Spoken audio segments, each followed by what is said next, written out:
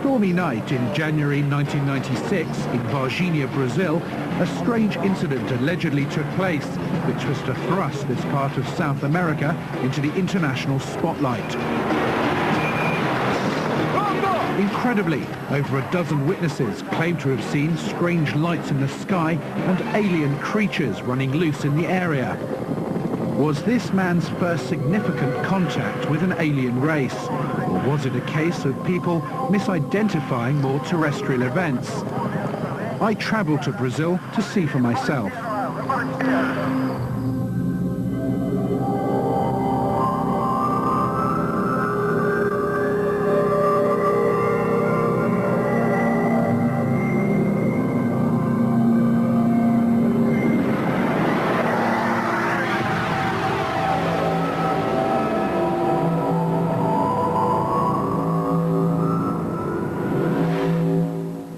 This is the story I was told.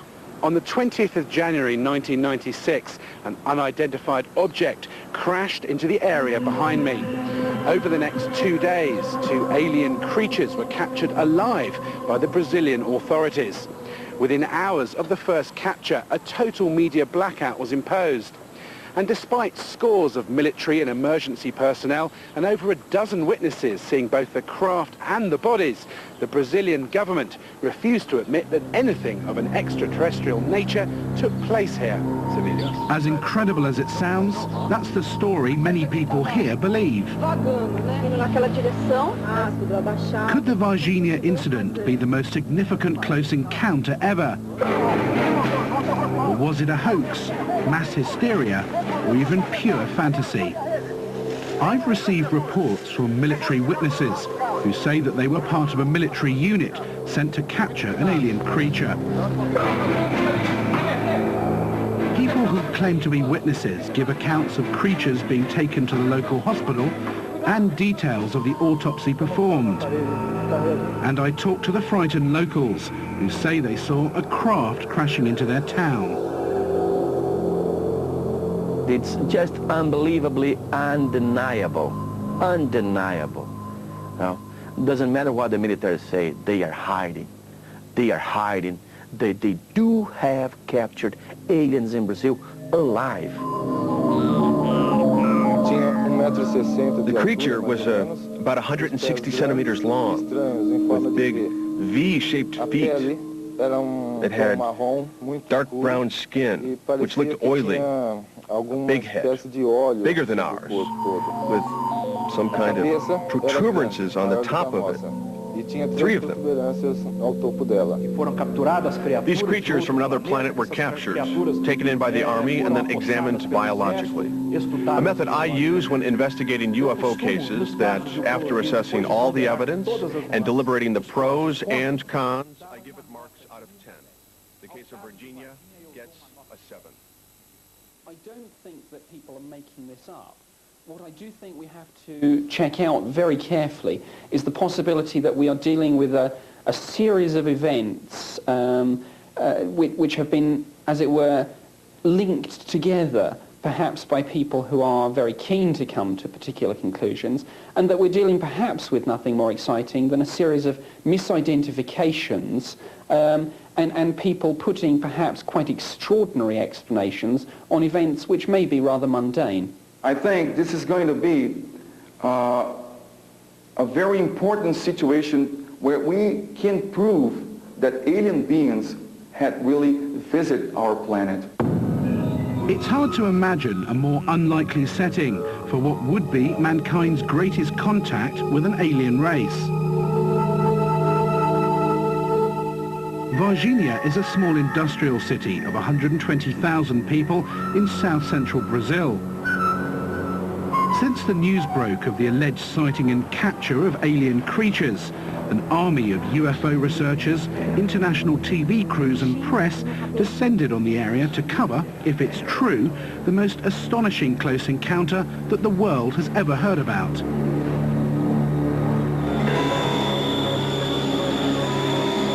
By the time we arrived in Varginha to meet the researchers and the witnesses, the mystery and intrigue were at an all-time high. Well, the town was just going insane because everybody was on the streets because many UFOs were sighted at that time. So people was just connecting one thing to another.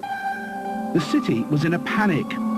Someone said that a military policeman had died under strange circumstances after allegedly handling one of the aliens.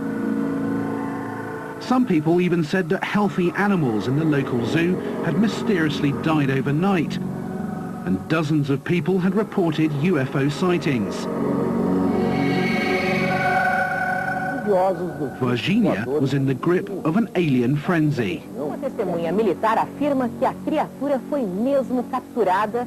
O Fantástico teve acesso às declarações secretas desse militar. Segundo os pesquisadores que acompanham o caso Varginha, ele sabe dos detalhes. Aí daqui a gente já correu para lá e desceu. E quando a gente estava descendo... O que nós podemos dizer sobre os eventos? What we can say from the evidence, the maximum we can say, is that there is not the slightest bit of doubt that everything did happen. We say this not only because we have heard from people from the town who were indirectly involved, but with people who participated in the principal events.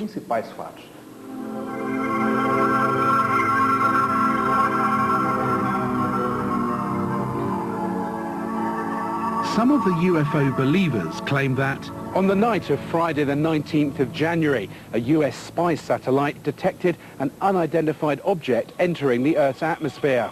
The North American Radar Defense System at Cheyenne Mountain, or NORAD, alerted the Brazilian government that the object was heading towards Varginha. Immediately, the military authorities at the base at Três Corações went on full alert.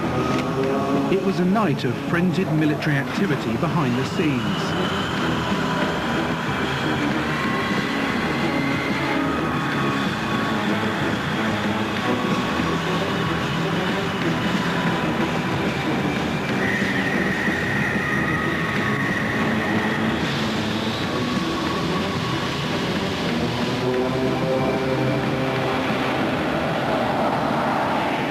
We understand that the Americans not only alerted, but they are very interested in being part of this, because we know if they can put their hands in a wreckage or even in one of these creatures, many things can be developed. So yes, we understand that they're involved up to their necks.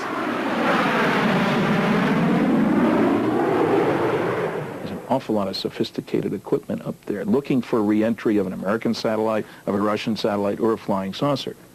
So did we know it was coming down? Was word sent to the Brazilian Air Force? What's the involvement of the American government? Brazilians don't have a lot of spy satellites up there, but the American and Russian governments do. So there's a larger picture here. While this object was falling down, it was observed by a few witnesses.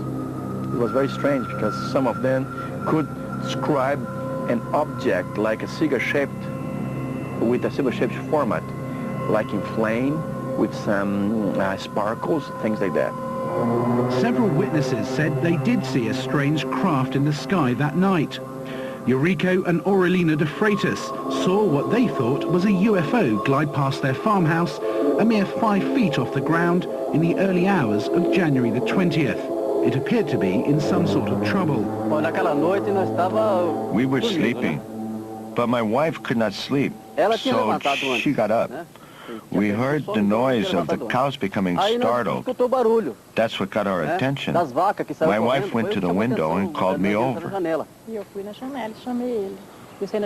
It was around 1 o'clock in the morning, and we saw an object flying over with a lot of smoke coming from it. So I called my husband over, and we both looked at it. I started to ask, what was this? It was some kind of submarine flying over. It was long, and on its rear it seemed like there were bits flying behind it, like when you tie ribbons to a fan. It was the size of a minibus with lots of smoke, a light color, almost transparent. I have never seen anything like it in my life. The most astonishing part of the story was about to unfold.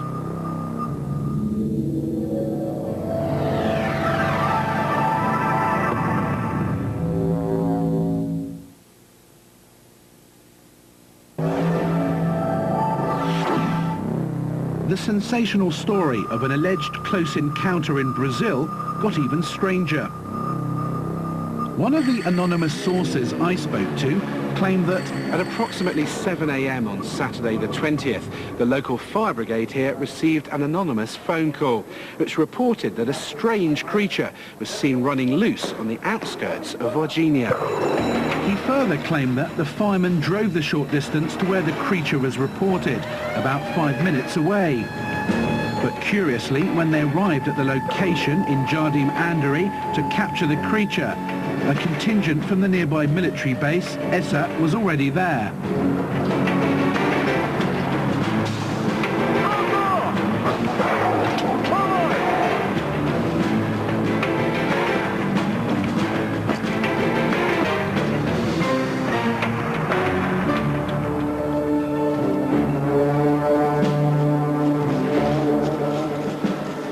They both have a surprise to see each other. The team from the fire department and the team from the army, but they agreed to go into cooperation and capture the creature.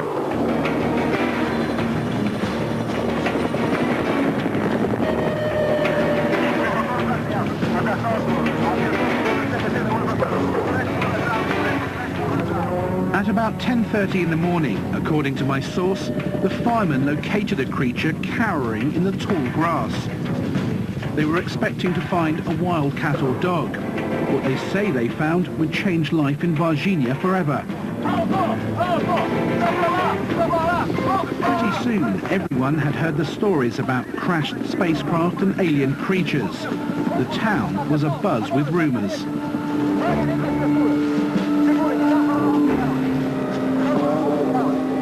The creature offered no resistance at all to its capture. It almost couldn't move. It was so fragile. It was so suffering. The fire brigade people told me, one of them, that the creature didn't show any reaction. It was quite easy to capture. He thought that it was ill somehow. It was feeling bad somehow because he didn't move. Did this incident actually happen? Was an alien creature netted alive by the authorities and driven off? Over 11 people who claimed to be eyewitnesses told me it did. One, a local lawyer, witnessed the military activity from his house nearby. He agreed to make a statement, providing his identity wasn't disclosed. After the soldiers had entered the woods, I heard 3 gunshots. And then I thought to myself, they killed someone down there. Some few minutes later, they came out from the woods. One of the soldiers was carrying a sack where, as far as I could make out, something was moving inside. At the time, I thought it was an animal or something like that, because something was definitely moving inside that sack. People make mistakes. People misidentify things, particularly if they see them under unusual conditions. So always, I would say to people, look for the prosaic explanations first. Look for the misidentification of some sort of military exercise going on. By early afternoon, according to reports from witnesses, the live, allegedly alien creature had been brought to the military academy known as ESA, here in Três Corações, a high-security training base.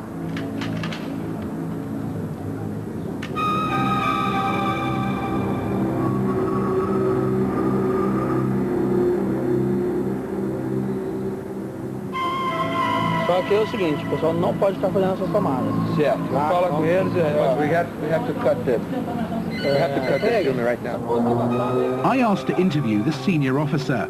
After waiting for several hours, a major at the base agreed to give me this exclusive interview to set the record straight once and for all on the incident. If some of the descriptions by the witnesses seem a little outlandish, the official military version is bizarre in the extreme. The appearance of an extraterrestrial did not take place because it has never been officially proven.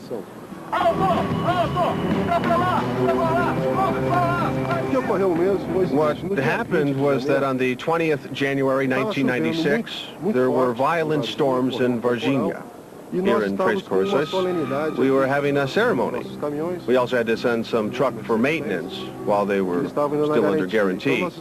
So we sent 2 trucks into Varginha for this to happen. To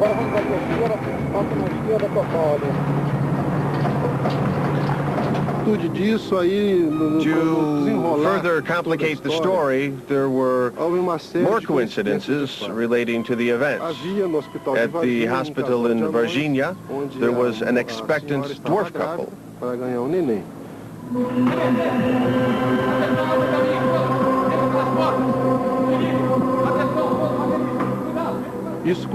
Which coincided with Eza taking the creature in a truck to the hospital in Varginha.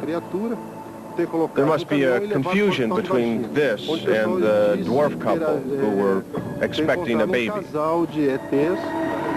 Pregnant dwarfs, violent storms and broken down trucks. Surprised by the official military version of events, I returned to the fire brigade in Varginha and asked to speak to the men who allegedly captured the creature on the morning of January the 20th. Why do people say that the fire brigade captured an alien on that day?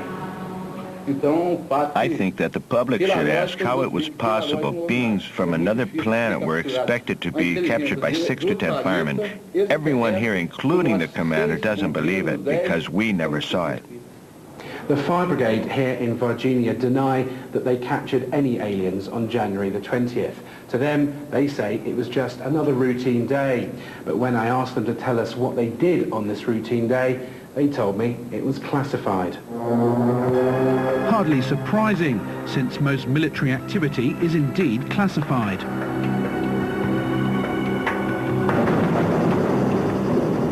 By early afternoon, in the intense heat of the day, the streets were once again deserted. And there this incredible story might well have ended, were it not for 3 local girls. At around 4 p.m. that afternoon, Katia, Liliane and Valkyra took a shortcut home from work and say they spotted a creature identical to the one allegedly captured by the military that morning. It was cowering by a wall. It was around 4 o'clock in the afternoon, and we were coming home from work. We took a shortcut through Jardim Andoré on our way to Santana, where we live. We saw this very strange creature, but it didn't notice us at all at first. Then Katia screamed, and then it saw us. I asked the girls to describe what this creature looked like.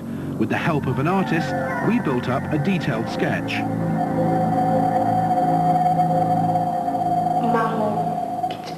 It was brown, and its skin looked very soft. The sun was shining on it, and it looked like the outside of a heart.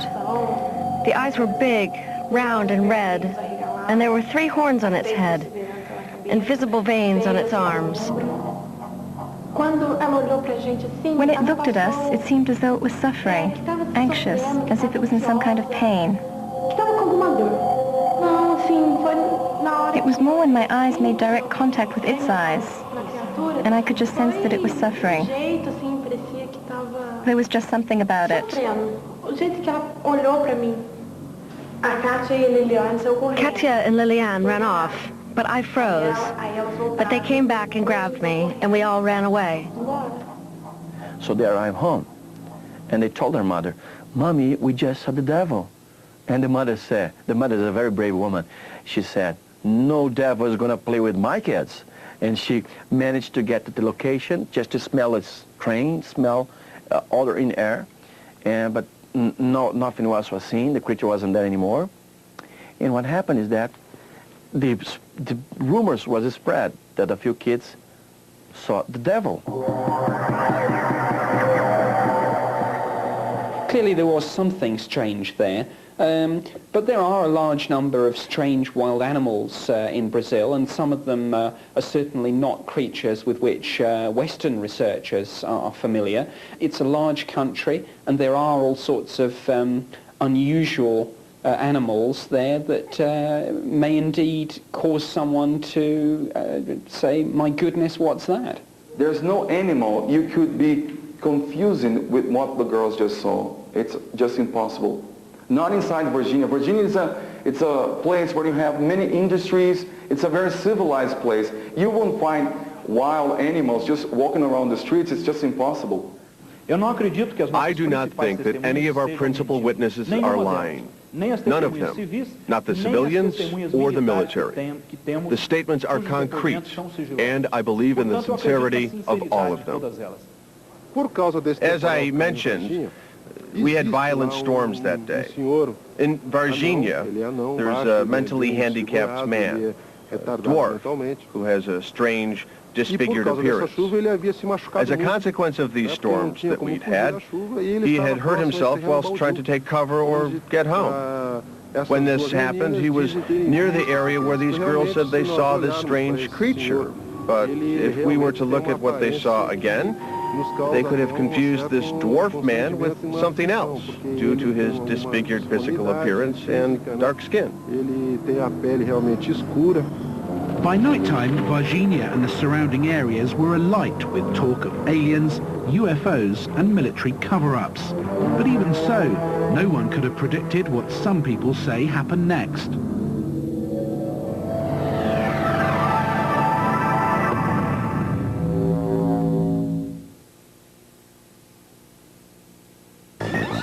Okay, TLC doesn't really think that aliens are going to invade us, okay? Do you feel better now, you big babies? TLC's Alien Invasion Week.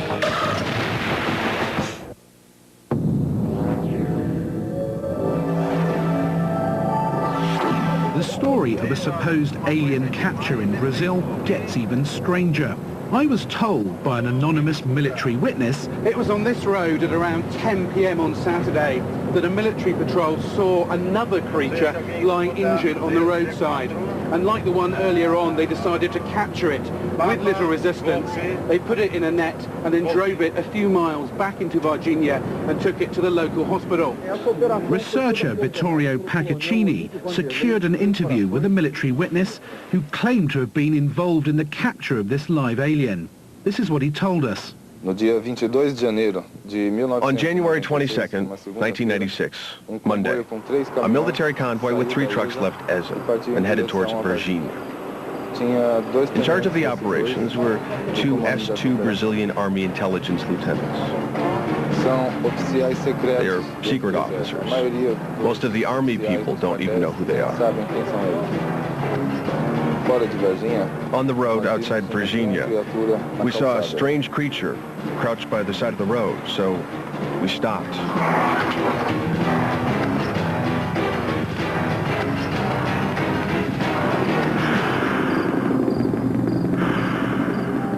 When we realized what it was, everybody was shocked, but we were ordered to put it in the back of the truck and drive to the hospital. I remember everyone being terrified. They just got so surprised because they never thought all they knew about alien beings was from TV. And TV, you can see many different shapes, many different kinds. They never thought an alien being could be like that. They were really astonished, and they were afraid of getting some disease from it. According to the anonymous officer, the creature was driven off in an ambulance to the local hospital.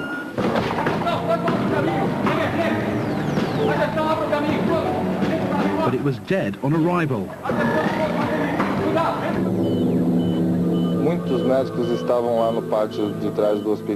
There were a lot of doctors, over 15 of them, all wearing surgical masks. Some had stethoscopes around their necks. There were military policemen, firemen. One of the S2 lieutenants was filming everything with the portable camera, while the other one was taking notes.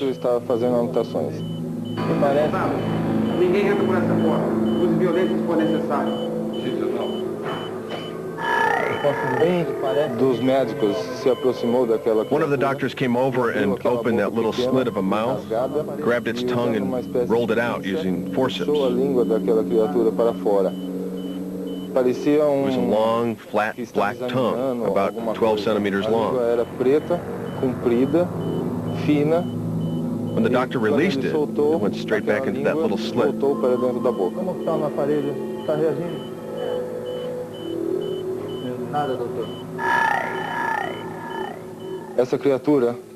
There was an unbearable smell of ammonia. The creature was about 160 centimeters long, with big V-shaped feet. It had dark brown skin, which looked oily.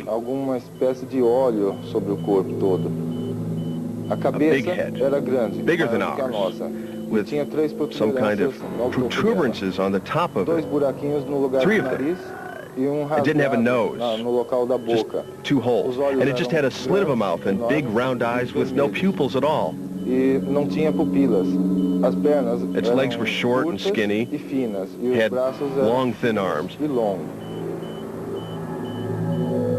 After hours of examination at the hospital, the anonymous military witness said that the creature was then taken by road under tight security to the ESA base at Tres Corações.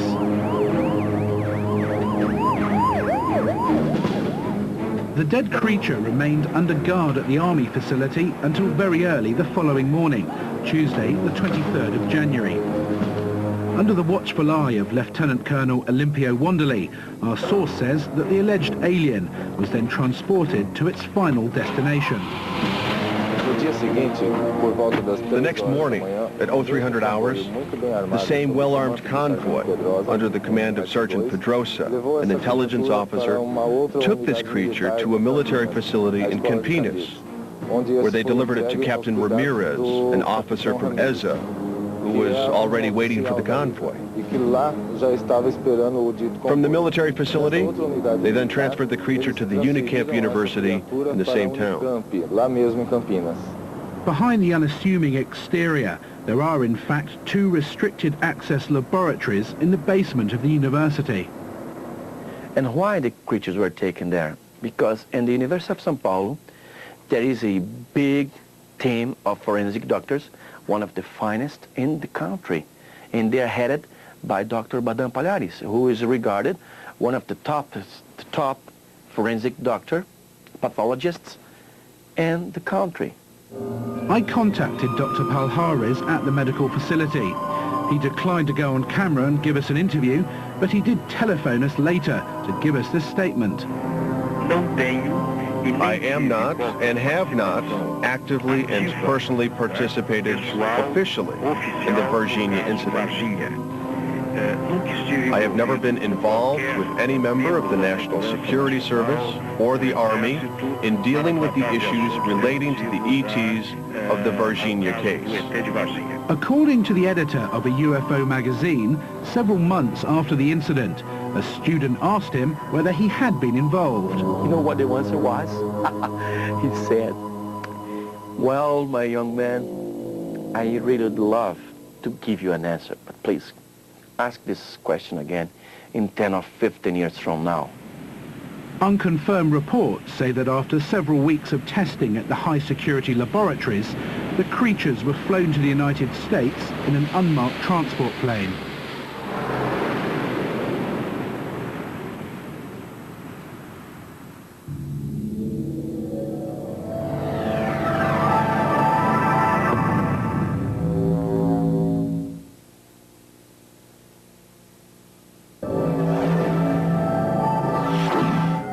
With the town of Varginha buzzing with rumors of flying saucers and alien creatures, this bizarre story took a tragic turn. Shortly after the alleged incident, one of the soldiers who allegedly came into contact with the creature died. He was Marco Eli Shirazi, a 23-year-old plainclothes military police agent at the army base. His sister Marta is convinced that he was contaminated by the creature as he died only weeks after the alleged incident. He was involved completely with the police operation from start to finish and accompanied the creature from where it was captured to the Humanitas hospital. He didn't get home till very late that night. When he actually captured the creature, he could have directly touched it, and this links with some reports I had that he could have been contaminated through the skin, not necessarily through a cut or infection. So because of this, there was a capture, and my brother did capture the creature, because there was originally nothing wrong with him.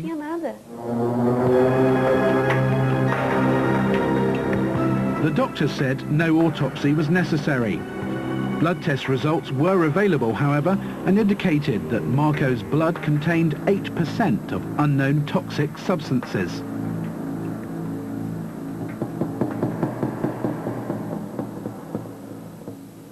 The doctors told the family to bury the body immediately, no funeral. The family didn't understand why, but followed the doctor's orders. Now they're suing Minas Gerais state because they want to exhume Marco Elixerez's body. But I understand that this won't ever happen because militaries are involved. This is national security subject, and the judge won't let the family do it.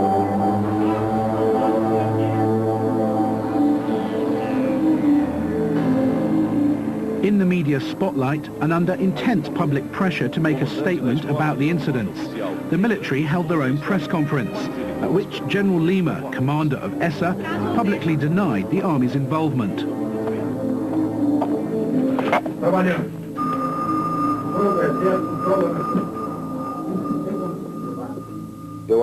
I think it's a huge scandal. We have captured aliens, and the population won't have the right to know about it. The military, if they were conducting some sort of night maneuvers, are not necessarily going to suddenly start telling people what they were doing. And they are not suddenly going to explain themselves to UFO researchers who turn up and ask questions. That's simply not the way that the military work. I tried to talk to General Lima, but the Brazilian military said they were unable to contact him.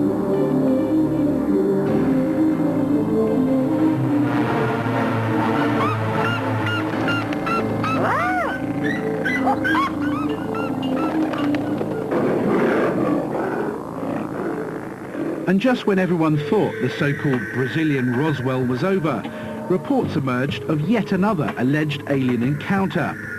Several months later, an elderly lady, Mrs. Klepp, says she saw a creature while attending a party at the local zoo. According to reports, she was so shocked she was unable to move for several minutes. I went outside to have a cigarette onto the balcony, and I saw something really ugly. It was dark brown and had big, bulging red eyes. It was really ugly. I'm sure it wasn't an animal. It is a coincidence that around the same time as the sighting of this creature, we were having problems. And there were actually some animals that had died since February. I lost 5 animals, but we do not know why. There was no scientific explanation, and nothing came to light in any post-mortem examination. This is very strange. I have been director at this zoo for 7 years, and there has never been anything like this. Just what happened in Varginha on the weekend of January the 20th, 1996, remains shrouded in mystery. On the one hand, we have locals who say they saw UFOs, crashed saucers and alien bodies captured by the military. On the other, we have total denial on the part of the military and the authorities, citing hysterical locals and a total lack of physical, written or video evidence. Some people wonder if the real truth to the so-called Brazilian Roswell still lurks somewhere inside this zoo. The creature that Mrs. Klepp says she saw has never been captured. And I want to know what happened to these creatures. I think the whole world wants to know if these creatures are still in Brazil and definitely what happened to them. We believe that if this case is definitely proved to be true, then it is as important, if not more important, than the case of Roswell. If encounters with alien creatures in Brazil seem unsettling, even more bizarre reports have been emerging from the Caribbean island of Puerto Rico.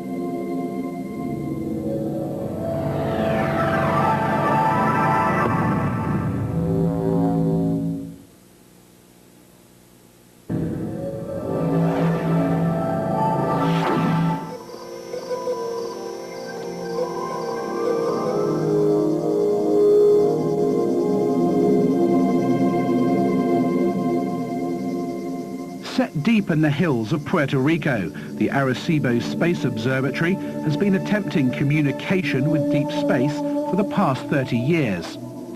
Rather alarmingly, it may not only have received a reply, but a personal visit.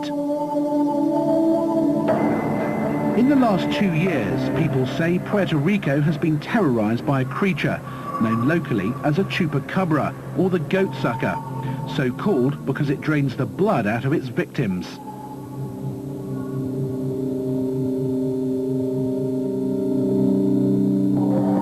We've obtained the only known footage of what is believed to be a chupacabra.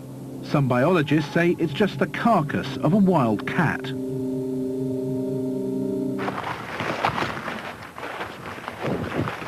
The creature was so, it was like a 3 feet tall, skinny legs, white wings. It wasn't like a bird. It wasn't normal. It was like birds fly away, but this was really fast. Wow. It was something unusual, not normal. Just what the chupacabras are remains a mystery. Some people believe they are the products of covert genetic experiments which have escaped from US military bases on the island. Others are convinced that they are alien creatures from another planet. The Puerto Rican authorities say it's just wild dogs. The face was very small, with 2 holes where the nose is and with a mouth you could hardly see. The eyes were like 2 drops of water, but red. I looked and saw 2 creatures with neon green eyes, which turned red when they looked at me. And I suddenly felt a current and couldn't move. I don't know whether it was just fear or it was them transmitting something. It was gray, about 3 to 4 feet tall, and had red eyes and a fin on its back. It was floating outside the window, grabbing Roderick's hand. When we rushed in, it fled.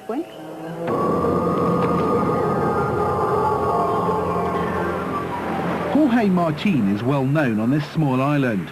He's been researching the chupacabra phenomenon for over 2 years. They walk on 2 legs, erect, and they have these strange spines or quills or whatever that goes from the back of their heads down to the lower back. And they start changing colors, vibrating very fast. They illuminate themselves, and they start doing this very faint humming sound. And somehow this seems to impel these creatures, which fly away. I think the chupacabras are alien in origin. At first I used to think that maybe this was some type of genetic manipulation, some experiment that had been done here in Puerto Rico. And eventually it escaped to the environment, and no one would take any responsibility for it.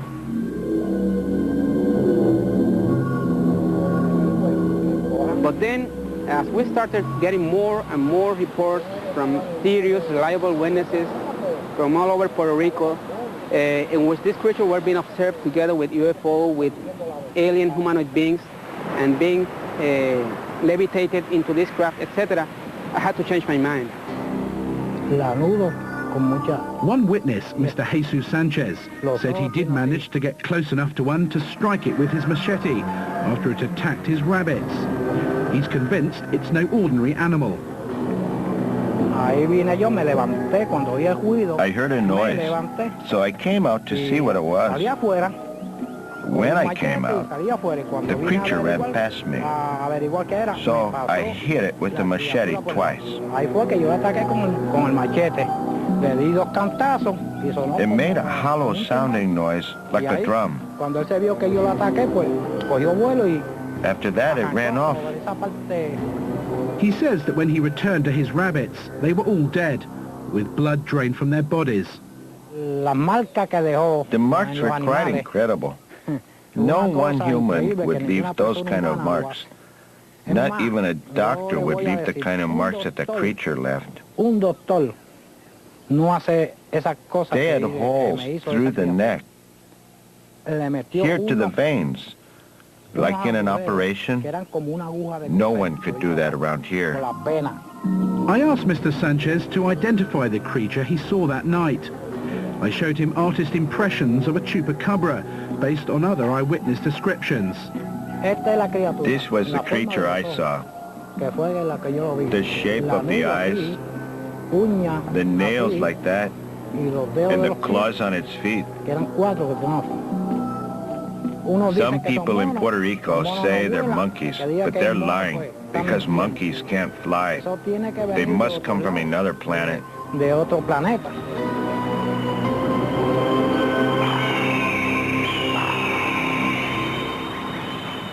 Usually what we're seeing in the necropsy findings is round, perfect wounds, primarily from half a centimeter to a centimeter in diameter. They go into the base of the skull, also into the base of the jaw. We hardly ever see rigor mortis in some of them, but I would say that about 3/4 of the volume of blood from the animals is removed.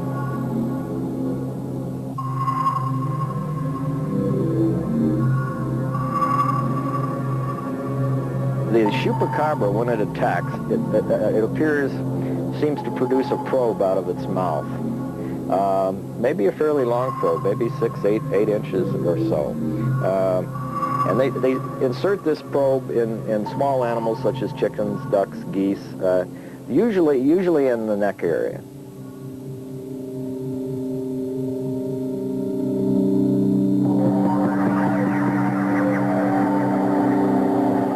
Policeman Juan Collazo says he came face to face with a chupacabra one night.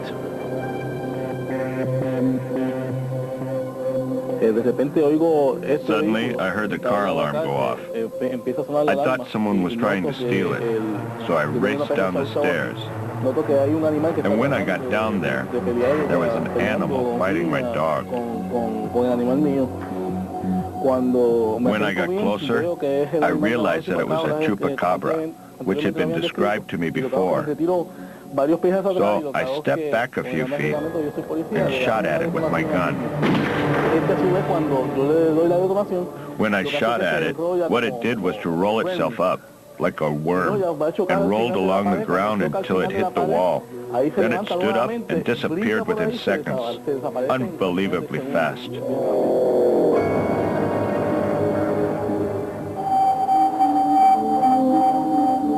Armed with the eyewitness reports, I asked the Puerto Rican authorities to comment on these strange events.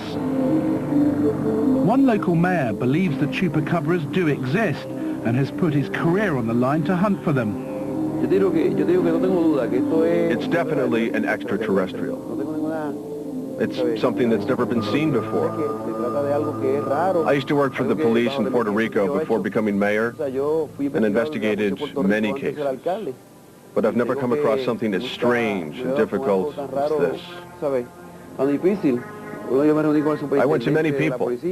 I went to the chief of police, but he wouldn't help me. He took it as a joke. He said that it was just some kind of wild animal. We've come to two conclusions. One is that it is a creature from another planet, and the other one is that it is an experiment from the government in El Yonki. Those are the two conclusions. It's very important to realize that witnesses, when they report something like this, will simply dredge something up from their own belief system, their own knowledge, and particularly importantly, their own cultural background. So what we have here, I think, is clearly an incident where something was seen. But this idea that it's necessarily something to do with UFOs and aliens may only have arisen once Western UFO researchers became involved. We have thousands and thousands of very good testimonies of reliable witnesses. And we believe in these people. They have lost their livestock, their way of living. They deserve an answer from our governments. You know, I never believed in UFO. I never believed in nothing like this until this happened to me. Now I believe because I saw it with my own eyes. What do you think is going on here? We are not alone. We are not alone in the universe. That's all. Just what is going on here in Puerto Rico remains a mystery. If reports are to be believed, then some sort of animal is viciously attacking this island's wildlife. And in Varginha, again according to local reports, a bizarre-looking creature was seen by a number of witnesses before being captured by the authorities. Some people claim that these events are proof of alien contact, proof that planet Earth is being terrorized by extraterrestrial creatures. And yet, there's no hard evidence or conclusive scientific data that can substantiate these claims. We might not be alone in the universe, but if these creatures are indeed alien visitors, we may wish we were.